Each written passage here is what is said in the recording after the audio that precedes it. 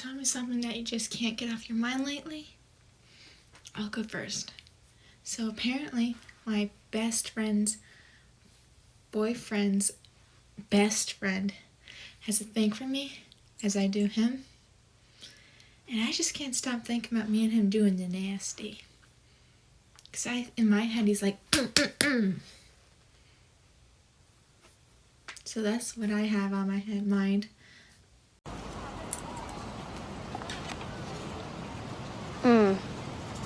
That's nasty. I'm gonna go throw up.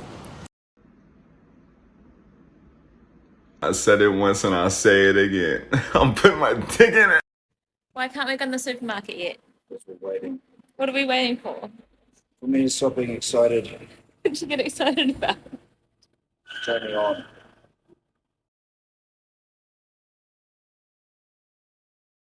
It's crazy how I just wanted to hit. Now I'm in a ride or die relationship. What the fuck?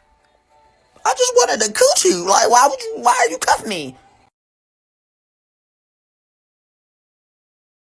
When the sky comes falling, even the sun don't shine, I got faith in you and I, so put your pretty little hand in mine.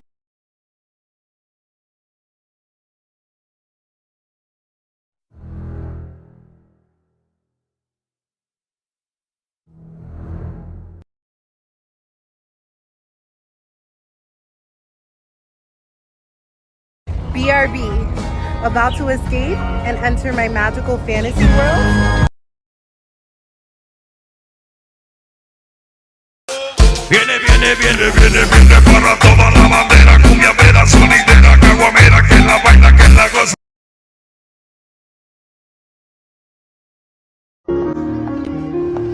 Afternoon. What can I do for you? I need to buy a gun.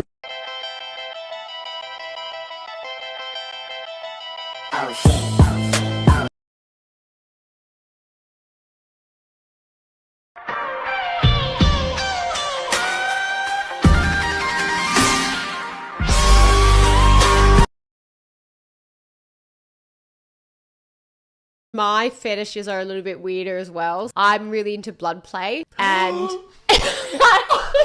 there's a girl that I dated in the past. Yeah. She basically was into that sort of stuff. Yeah. She was like, I want to cut you before we have sex. What, she wanted you to drink it? She wanted to basically cut me and like drink my blood. I coached a guy once who wanted to pee on girls. Not my kind of thing, but more power to you. My advice to him was to start by doing it in the shower. Doing it in a place where it's easy to clean up and it's actually kind of barely noticeable that the act is going on in the first place. This way, she doesn't feel so overwhelmed by it that she rejects it out of pure nervous. There's infinite possibilities for having a fun and exciting sex life with your partner.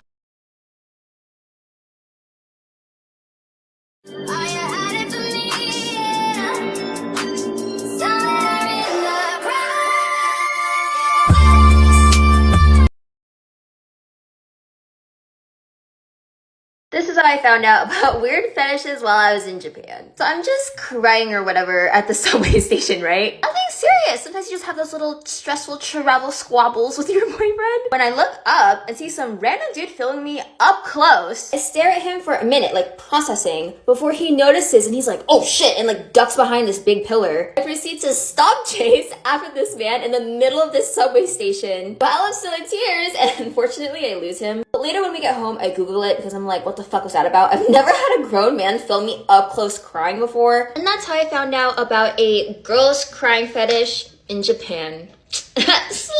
Also, this literally happened 3 minutes after I met one of you guys, so you should have stuck around for the free TV. Should I be embarrassed about having a foot fetish? I feel like there's a stigma attached to this. No. What about the wacky feet? Your feet. Oh, and of all feet to have a fetish over. Guys, Guys, Sinead my has feet the are beautiful. No, she's... What are you talking about? The toes are going different directions. My toes hate each other. Okay, look in the camera. Wait.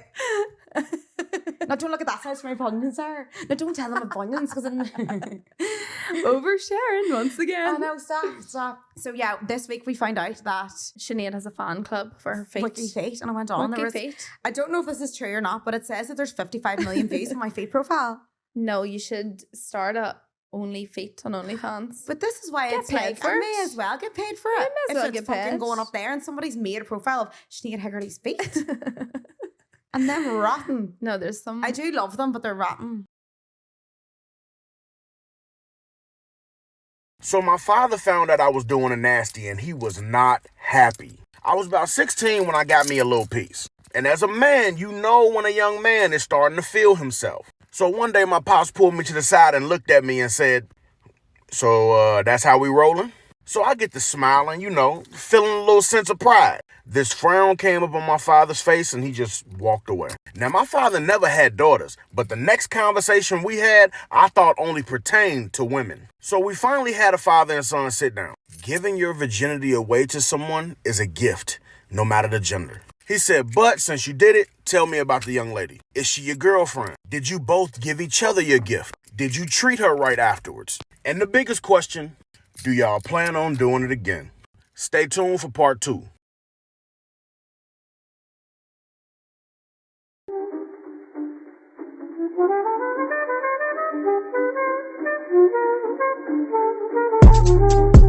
Part 2 of my father finding out I was doing a nasty and he was not happy. If you haven't seen part 1 yet, go check it out in the Grown Man playlist down below. So during our father and son sit down, he told me go get dressed. He never told me where we were going, but he continued to explain of how serious it was that I lost my virginity at 16. He told me that since she was my first, she would always be a part of me and I a part of her. He said he also asked me if I plan on doing it again because I need to know how important it is to be safe. So of course, as a 16-year-old boy, I had to ask, so can I do it again? He said, unfortunately, son, that's not a question that I can answer. Only you and her can answer that question. He said, my job is to inform and protect. He said, you all are young adults, and regardless of what I tell you, you're going to do whatever you want to do anyway. He said, I know you're going to do it again, especially judging by how you was strutting around my house. I was smelling myself pretty hard. Then he said, why are we on the subject of talking about my house? Did it happen in my house? I refuse to answer any questions on the strength that it may incriminate me to this day. He said, well, if it did happen in my house, I really hope you clean your room because the last time I checked, your room was no place for a young lady. We pull up to our destination and lo and behold, we are at our family's clinic. He said, the nurse and the doctor is expecting you. Go ahead in there. I said, Daddy, why are we at the clinic? I'm not itching. He said, we're here to make sure that you're still healthy and to prepare you for the next time you decide to give your gift away to her or to whoever else of your choosing. Shout out to my pops.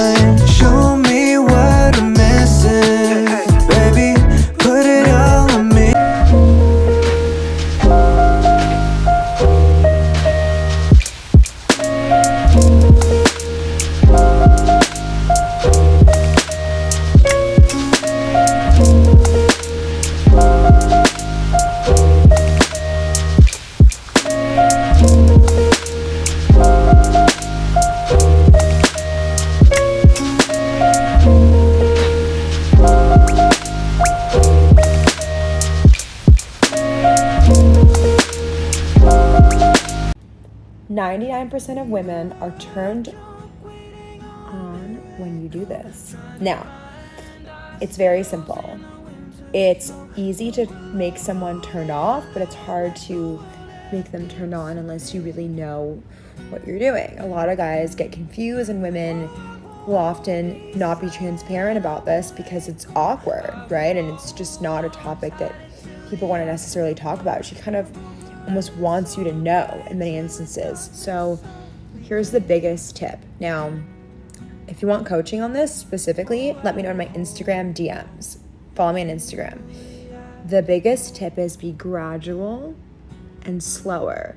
Anything you're doing now, it's probably erring on the side of being fast. So going slower is a really surefire way to kind of build anticipation and make her want it, because a lot of this stuff is mental. Let me know in the comments if you want coaching in my Instagram DMs.